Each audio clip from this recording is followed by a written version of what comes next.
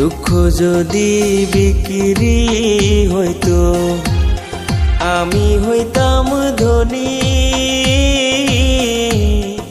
আমার কাছে আছে সই গো দুঃখ নামের খনি, সই গো দুঃখ নামের খনি।